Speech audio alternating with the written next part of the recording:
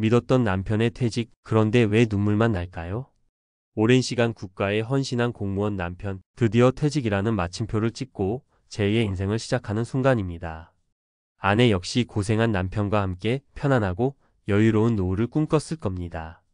이제 좀 쉬면서 여행도 다니고 못했던 취미생활도 해야지. 하지만 그 기대가 현실 앞에서 힘없이 무너지는 경우가 생각보다 많습니다. 생활비가 예상치 못하게 반토막 나면서 남편 몰래 밤마다 눈물 찢는 아내들의 이야기가 심심치 않게 들려옵니다. 안정적이라고 철석같이 믿었던 공무원 연금, 도대체 무엇이 문제일까요? 왜 많은 분들이 공무원 연금이면 노후 걱정 끝? 이라고 말하는데 정작 당사자인 아내에게는 막막한 눈물의 시작이 되는 걸까요? 오늘 이 뼈아픈 현실과 그 대비책을 함께 파헤쳐 보겠습니다. 경기도에 사시는 50대 후반 박선영 씨의 이야기입니다. 남편 김진국 씨는 30여 년간의 공직 생활을 마치고 얼마 전 명예롭게 퇴직했습니다. 박선영 씨는 꼬박꼬박 나올 연금으로 남부럽지 않은 노후를 보낼 수 있으리라 생각했습니다. 하지만 현실은 냉혹했습니다. 남편의 연금 수령 개시까지는 아직 2년이라는 시간이 남아 있었고 퇴직 시 받은 퇴직 일시금은 자녀 결혼과 생각지 못한 병원비로 이미 상당 부분 사라진 뒤였습니다. 괜찮아, 2년만 버티면 연금 나오잖아. 남편은 애써 태연한 척했지만 박선영 씨의 마음은 타들어갔습니다. 관리비 고지서, 각종 공과금, 줄지 않는 생활비, 매달 적자가 쌓여가는 통장을 보며 밤잠을 설치기 일쑤였습니다. 남들은 공무원 연금 덕 볼 거라고 부러워하는데 정작 나는 하루하루가 살얼음판이에요. 박선영 씨의 한숨 섞인 하소연은 결코 남의 이야기가 아닙니다. 왜 이런 일이 벌어지는 걸까요? 가장 큰 이유는 바로 공무원 연금 개혁의 그늘, 소득 절벽 때문입니다. 많은 분들이 공무원은 퇴직하면 바로 연금이 나올 거라고 생각하시지만 실상은 다릅니다. 한 일간지 보도에 따르면 2015년 연금 개혁으로 인해 연금 지급 개시 연령이 단계적으로 늦춰져 경우에 따라서는 정년퇴직 후 최대 5년까지 소득 공백이 발생할 수 있습니다. 예를 들어 교육공무원의 정년은 만 62세인데 연금 수령은 65세부터 시작될 수 있는 것이죠. 이 23년 혹은 그 이상의 소득 크레바스 기간은 자녀의 대학 등록금이나 결혼 자금처럼 목돈이 필요한 시기와 맞물리면서 가계를 더욱 어렵게 만듭니다. 게다가 어렵게 받기 시작한 연금액도 예상보다 적을 수 있습니다. 더 내고 덜 받고 늦게 받는 구조로 바뀌었기 때문입니다. 한 연금 관련 자료에 따르면 과거 재직기간 1년당 1.9%였던 지급률이 1.7%로 줄어들었고 본인이 내야 하는 기여율은 7%에서 9%로 올랐습니다. 이러니 과거 선배 공무원들이 받던 풍족한 연금을 기대하기는 어려워진 것입니다. 여기에 더해 현실적인 노후 생활비에 대한 안일한 인식도 문제입니다. 한 금융정보원의 자료에 따르면 2023년 기준 부부의 적정 노후 생활비는 월 평균 277만 원에서 324만 원 수준으로 조사되었습니다. 하지만 국민연금 평균 수급액은 월 60만 원대에 불과하고 공무원 연금 역시 예전만큼 넉넉하지 않다는 점을 간과하는 경우가 많습니다.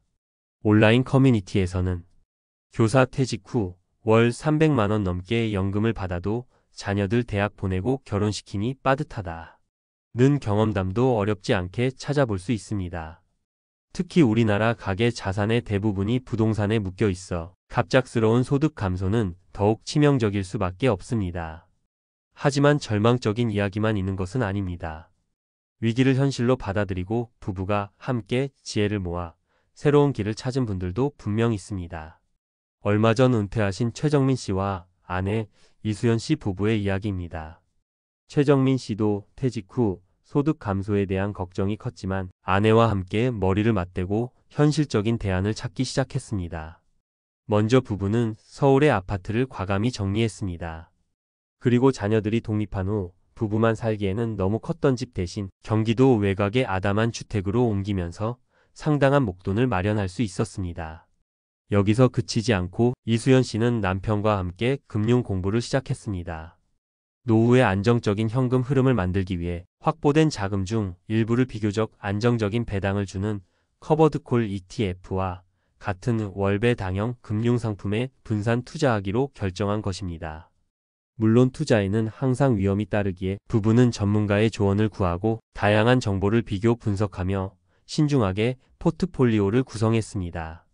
처음에는 주식은 위험하다 며 망설이던 최정민 씨도 아내와 함께 공부하고 토론하는 과정에서 점차 확신을 갖게 되었다고 합니다. 지금은 매달 일정 금액의 배당금이 생활비에 큰 보탬이 되고 있습니다. 그들은 또한 귀촌을 선택해 텃밭을 가꾸며 생활비를 절감하고 지역사회 봉사활동을 통해 삶의 새로운 의미도 찾고 있습니다. 최정민 씨는 말합니다.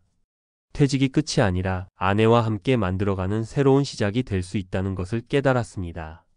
이처럼 어려운 상황에서도 희망을 만들어가는 분들의 이야기에서 우리는 중요한 교훈을 얻을 수 있습니다. 그렇다면 공무원 남편의 퇴직 후 예고 없이 찾아오는 생활비 위기에 우리는 어떻게 대비해야 할까요? 첫째, 소득 공백기를 버텨낼 단기 생존 전략이 필요합니다. 가장 먼저 해야 할 일은 퇴직 시점의 모든 자산과 부채를 정확히 파악하고 부부가 함께 가계부를 쓰며 지출을 분석하는 것입니다. 퇴직금이나 모아둔 목돈이 있다면 이 돈을 어떻게 활용할지 구체적인 계획을 세워야 합니다. 성급한 투자는 절대 금물이며 단기적으로는 안전자산 위주로 운용하는 것이 현명합니다.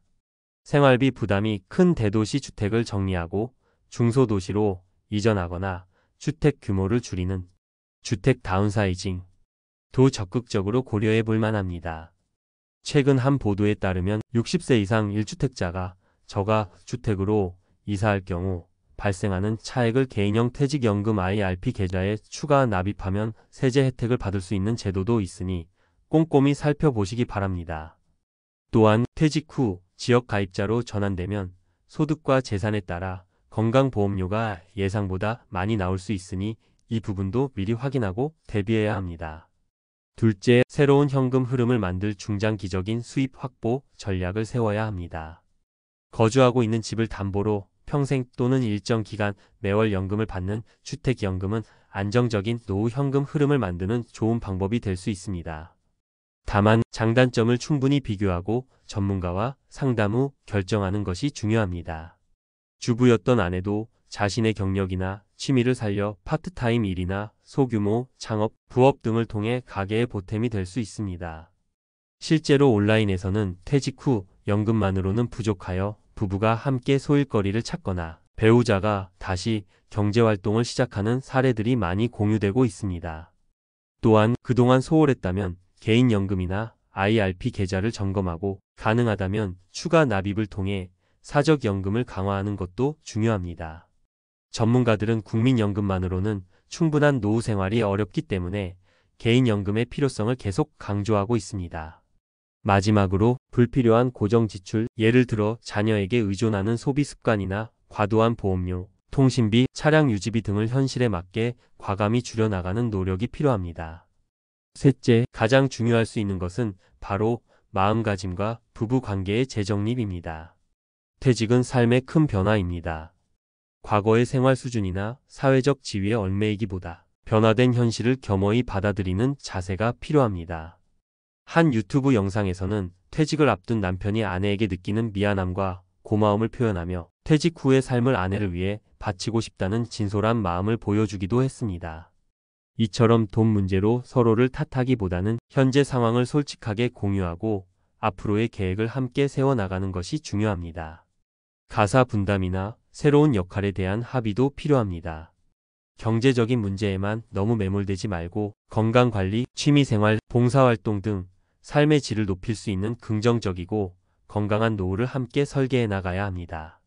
공무원 남편의 퇴직 후 갑작스럽게 찾아온 생활비 위기는 분명 당황스럽고 힘든 시련일 수 있습니다. 하지만 미리 현실을 직시하고 부부가 한마음으로 지혜를 모은다면 이 위기는 충분히 극복할 수 있습니다. 오늘 제가 말씀드린 이야기들이 어쩌면 지금 막막함 속에 계신 여러분께 작은 희망의 불씨가 되었기를 바랍니다. 중요한 것은 왜 나에게만 이런 어려움이 닥쳤을까? 라며 좌절하기보다 지금 이 순간 내가 무엇을 할 수 있을까? 를 고민하고 아주 작은 것이라도 실천에 옮기는 용기입니다. 두 분의 제2의 인생이 더 이상 눈물이 아닌 함께 만들어가는 웃음과 행복으로 가득 채워질 수 있도록 지금부터 용기를 내어 함께 준비하시기를 진심으로 응원하겠습니다. 오늘 내용이 여러분의 빛나는 노후 준비에 조금이나마 도움이 되셨기를 바랍니다. 비슷한 고민을 하고 계시거나 좋은 의견이 있으신 분들은 주저하지 마시고 아래 댓글로 여러분의 생각을 함께 나눠주시면 감사하겠습니다. 여러분의 구독과 좋아요는 저희에게 큰 힘이 됩니다. 앞으로도 여러분의 행복한 인생 이막을 위한 유익한 정보로 찾아뵙겠습니다. 감사합니다.